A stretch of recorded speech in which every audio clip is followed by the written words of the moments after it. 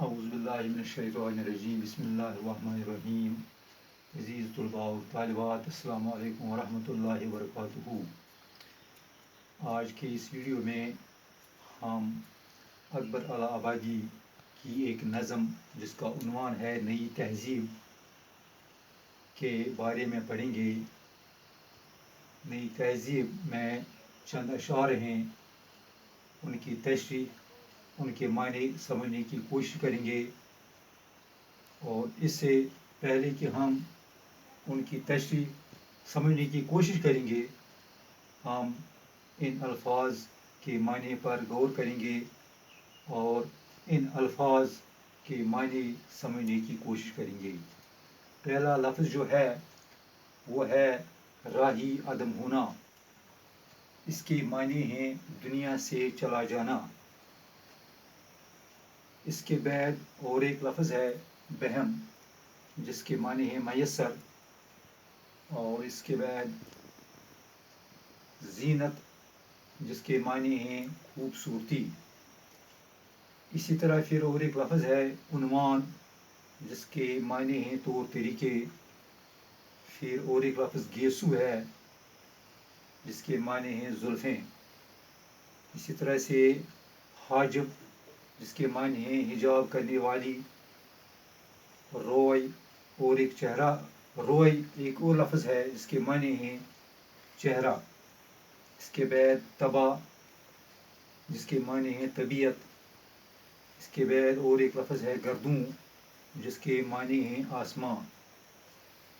اور اسی طرح سے اور ایک لفظ اسباب، جس کے معنی نکلتے ہیں سبب کی جمع یعنی وجہ۔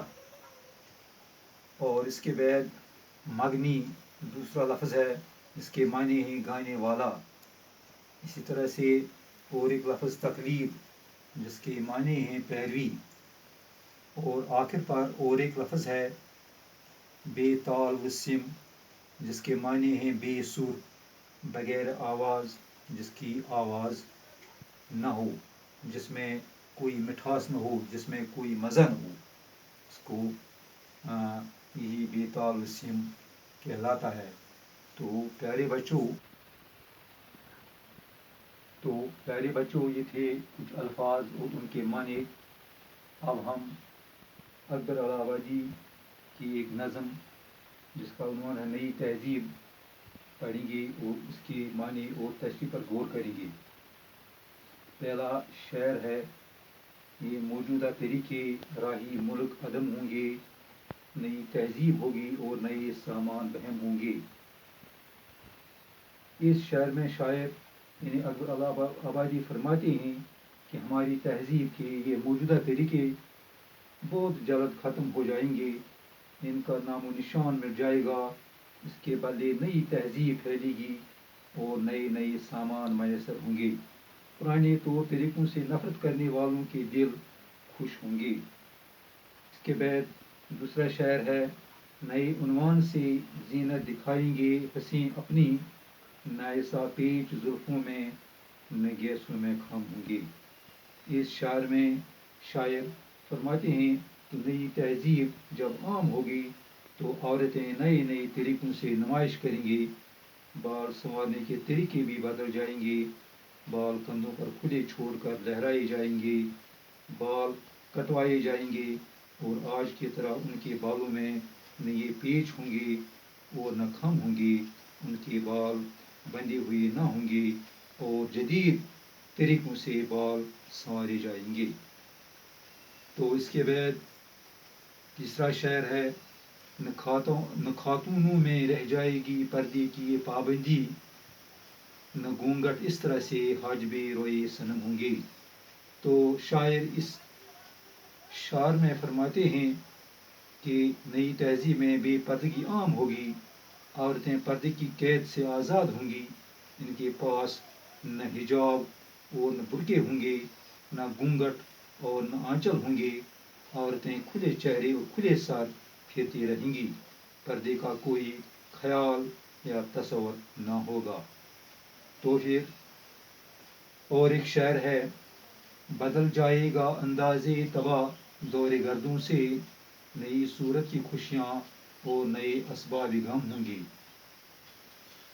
شاعر اکبر علی آبادی فرماتے ہیں کہ نئی تہذیب سے لوگوں کے طبیعت بدل جائیں گے، لوگوں کے مزاج بدلتا ہوا زمانہ عجیب طرح کی تبدیلیاں دیکھے گا، خوشیاں بھی نئی صورتوں میں ہوں گی، خوشی منانے اور غم منانے کے طور طریقے بھی بدل جائیں گے، ہر بات میں دکھاوٹ اور تکلیف ہوگی، سب کچھ صرف بناوٹی ہوگا، سادگی اور شرافت ختم ہوتی رہ جائے گی۔